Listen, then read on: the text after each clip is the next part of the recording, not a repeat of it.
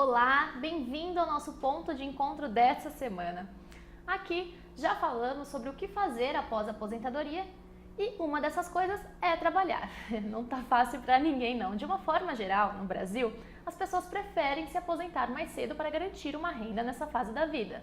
Mas na hora de fazer as contas, aposentar mais cedo pode não ser a melhor opção.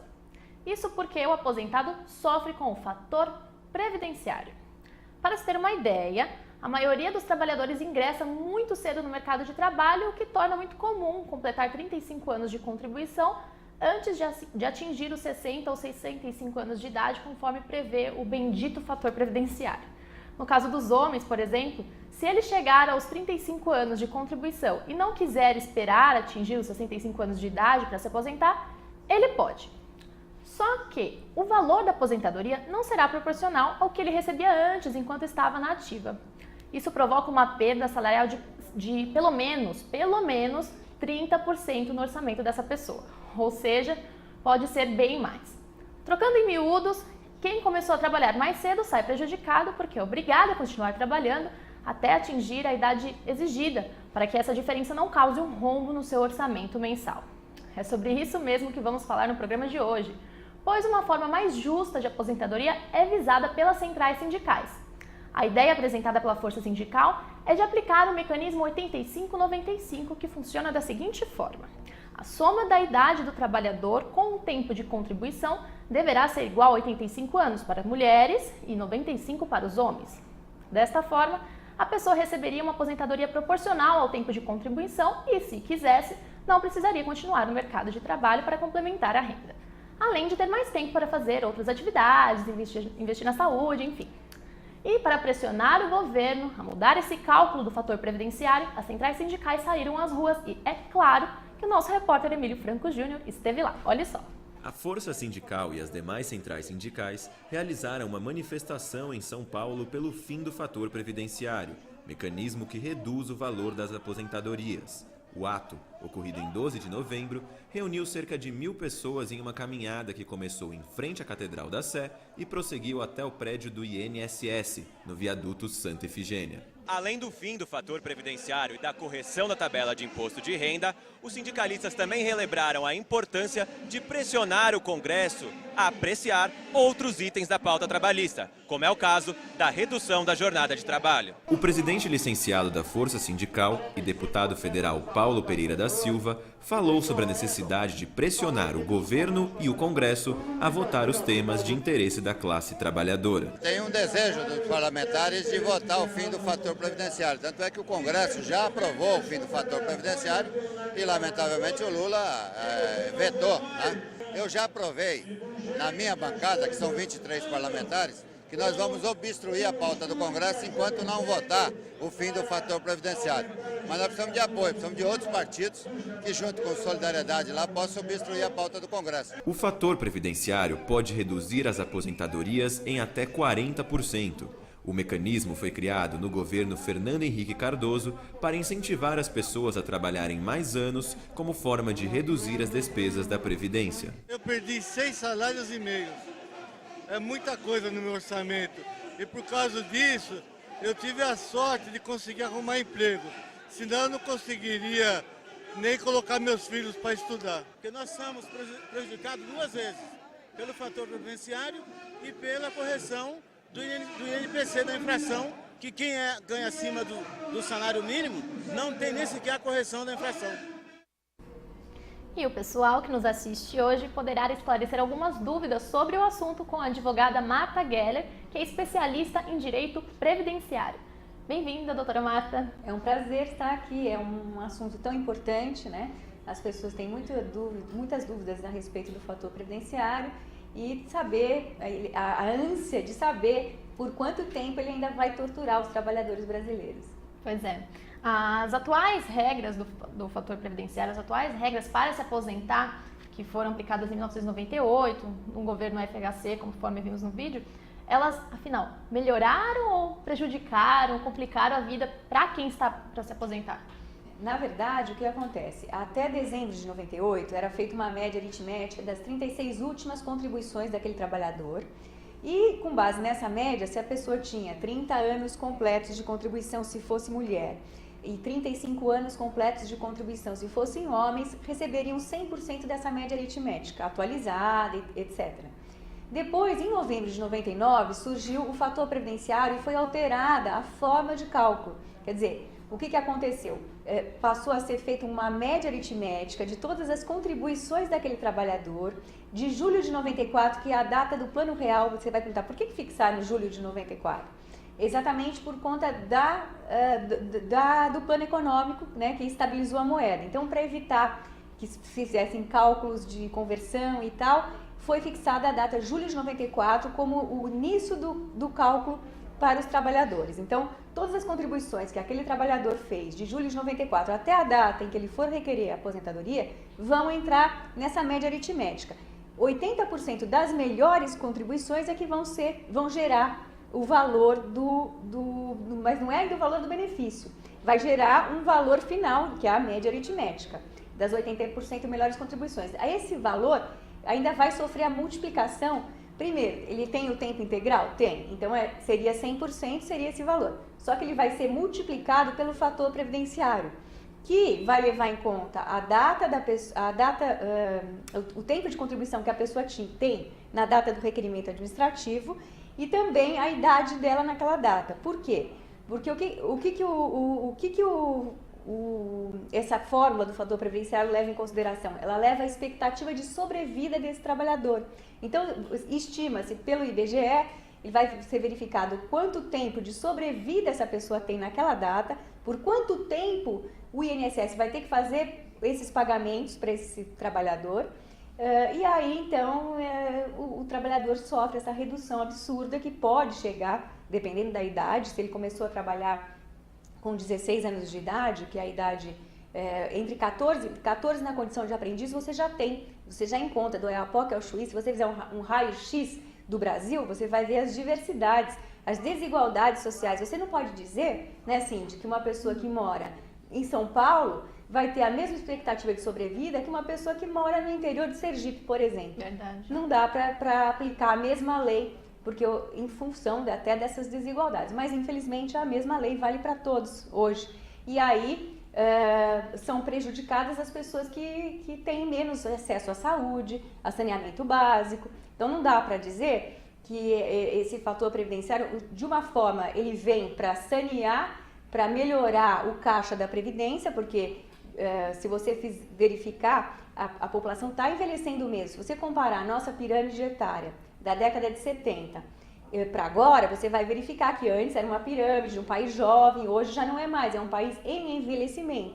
Então, quando a gente chegar em 2050, eles preveem que haverá uma inversão, né? Então, se hoje você tem 10, quando surgiu o fator, você tinha 10 trabalhadores na ativa, pagando um benefício de um aposentado.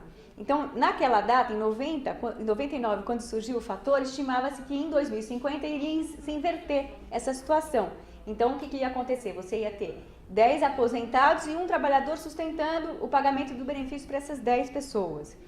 Mas aí o IBGE vai estimando essa expectativa de sobrevida como se fosse o Brasil, o padrão de acesso à saúde para todo mundo igual, e não é. Então, ele faz como se, já são 6 pessoas, eram 10 em 99, hoje já são 6 pessoas trabalhando para sustentar um. Será que é isso mesmo? Eu te pergunto.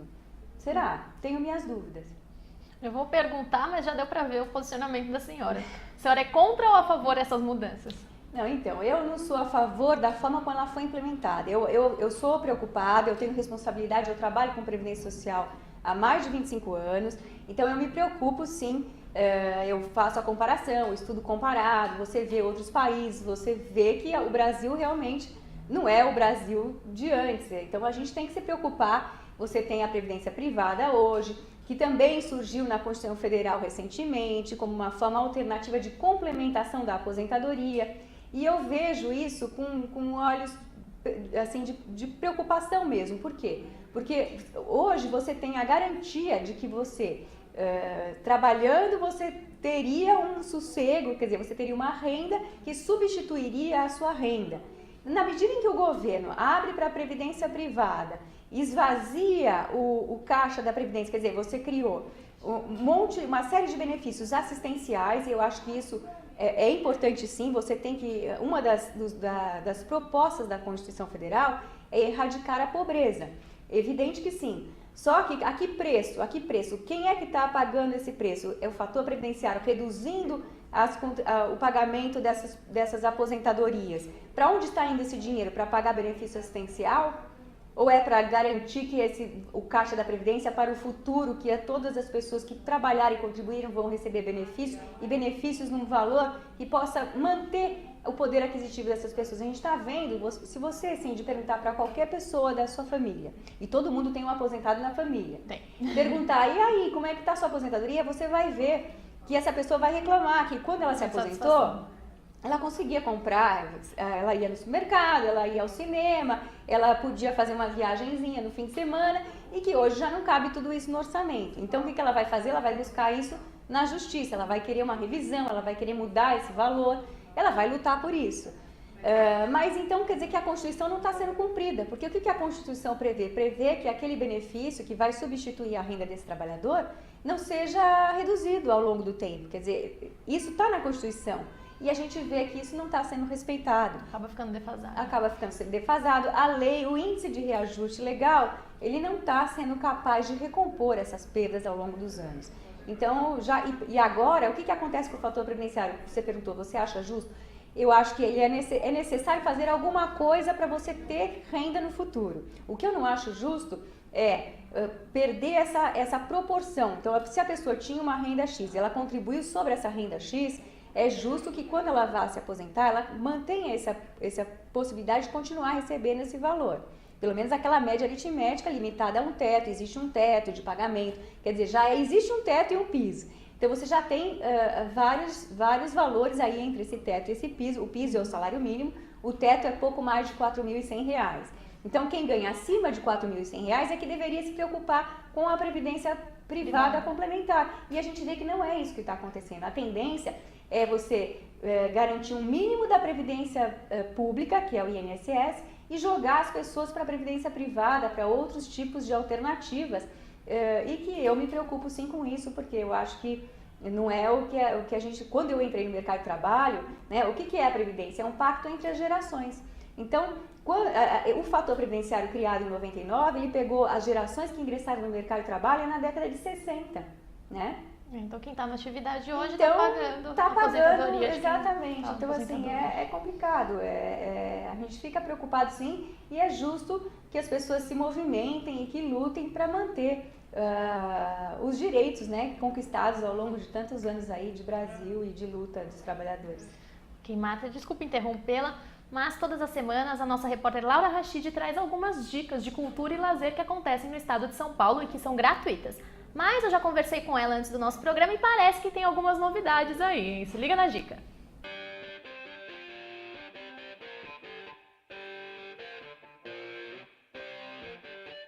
Olá, Cindy! Olá, galera! Trabalhador que se preocupa com a vida profissional e com a sua saúde, se liga na dica. Se você tem interesse em cursar hotelaria, trabalhar com atendimento ao cliente de cinema, tecnologia da informação e assistente administrativo, mas não tem dinheiro, não perca as esperanças.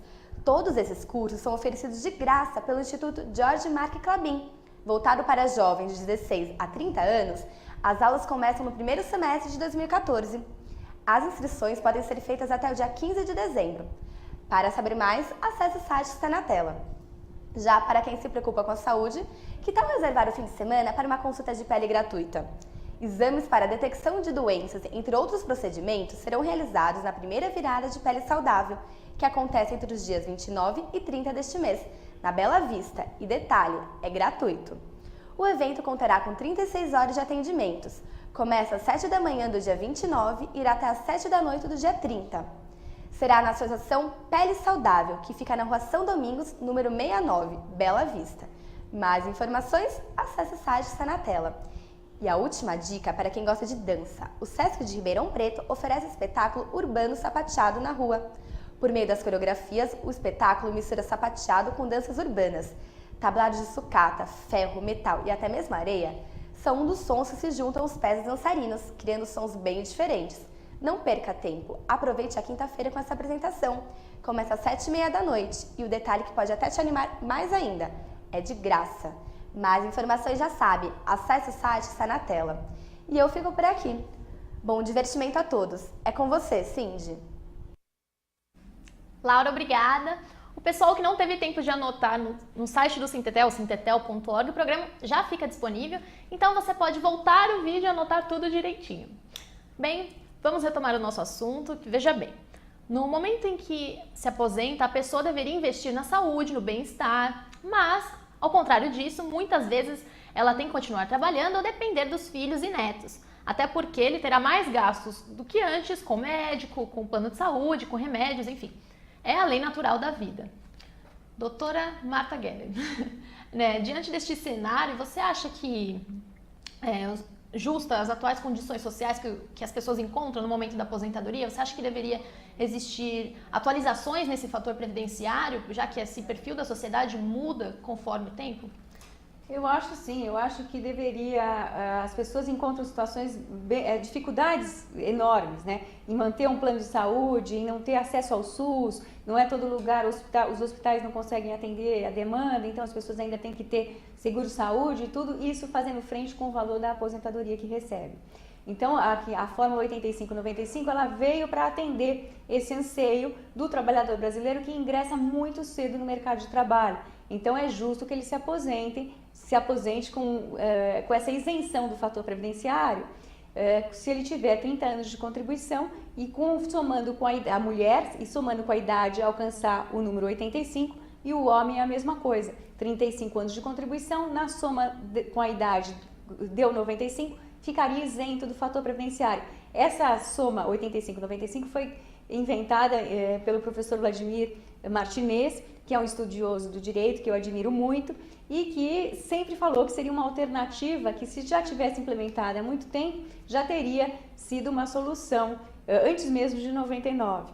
E vem atender o anseio do trabalhador, né, que está lutando para afastar essa injustiça do fator previdenciário que pegou todo mundo de surpresa aí desde novembro de 99. E é isso que as centrais querem, essa mudança. E agora só uma curiosidade, no caso das aposentadorias que ficam defasadas, conforme a gente falou no começo do programa, o que o trabalhador deve fazer para conseguir essa revisão?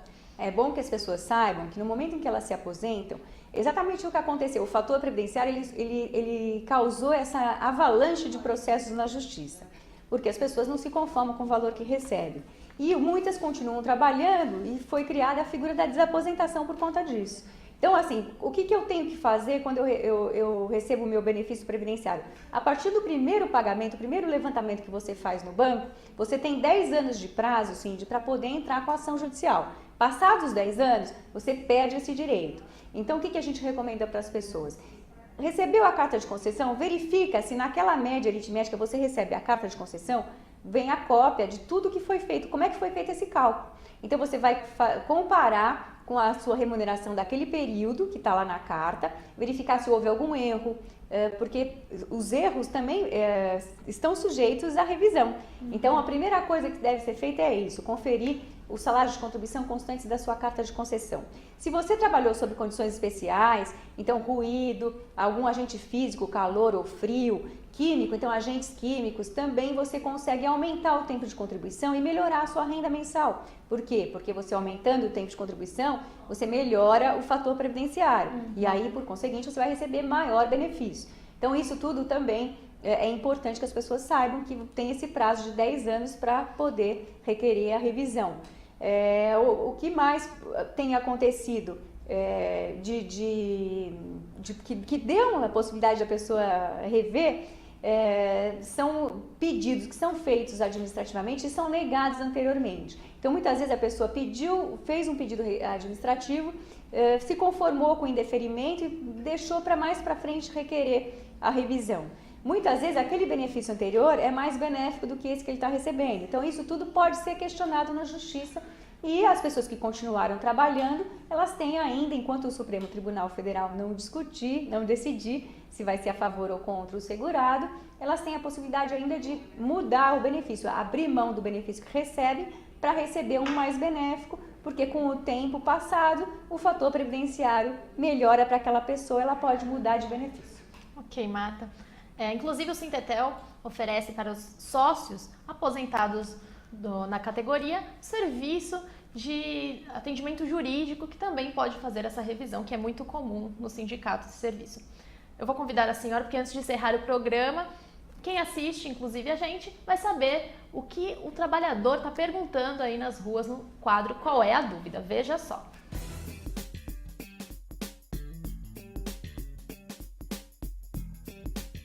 Gostaria de saber por que meu amigo Mário está querendo ser relocado. E por que ele não pode estar sendo negado essa relocação para ele? O que ele tem que fazer para ele ser relocado? Olá, Marcos. Respondendo a sua pergunta sobre a realocação de seu amigo, o primeiro passo que ele tem que fazer é deixar claro para a operação, conversar com a sua operação o desejo de ser relocado.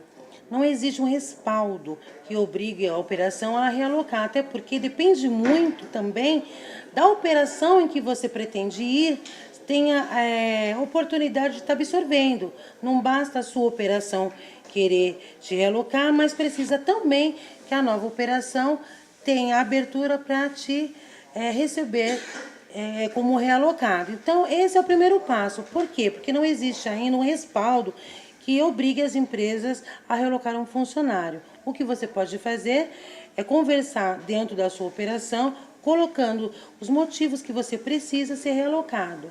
Mas isso é uma negociação interna, ou pode conversar com o sindicato também, e a gente está procurando, dentro do possível, solicitar à operação a possibilidade da sua realocação. Eu conversei com a Marta Geller, que é advogada especialista em direito previdenciário. Bem, você assistiu o quadro Qual é a Dúvida, que esclareceu a pergunta de um trabalhador do teleatendimento. E a galera que tem alguma dúvida relacionada ao mundo do trabalho ou sobre o meio sindical pode enviar a sua pergunta pelas redes sociais do Sintetel que aparecem aqui na tela, o Twitter e o Facebook. Bem, o programa vai ficando por aqui, mas eu espero vocês no próximo programa. Até lá!